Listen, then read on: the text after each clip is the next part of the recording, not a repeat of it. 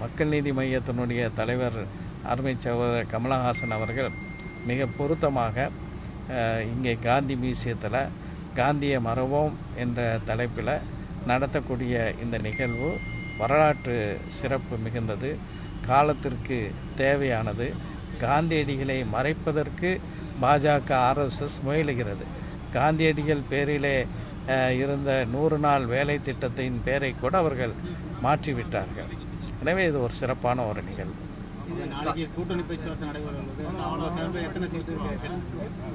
நாங்கள் 5 இடங்கள் கேட்டுட்டு இருக்கோம். இன்னும் இந்த திமுக கூட்டணியில் காங்கிரஸ் கூட்டணியும் முடிவாகாமல் இருக்குது, அதை எப்படி பார்க்குறீங்க? எல்லாரும் செட்டில் ஆவாங்க டெஃபினட்டாக. எல்லாரும் இல்லை, எல்லாவது அதிகாரத்தில் பங்குன்னா சட்டமன்ற உறுப்பினராக இருப்பதே ஒரு வகையான அதிகாரம் தான்.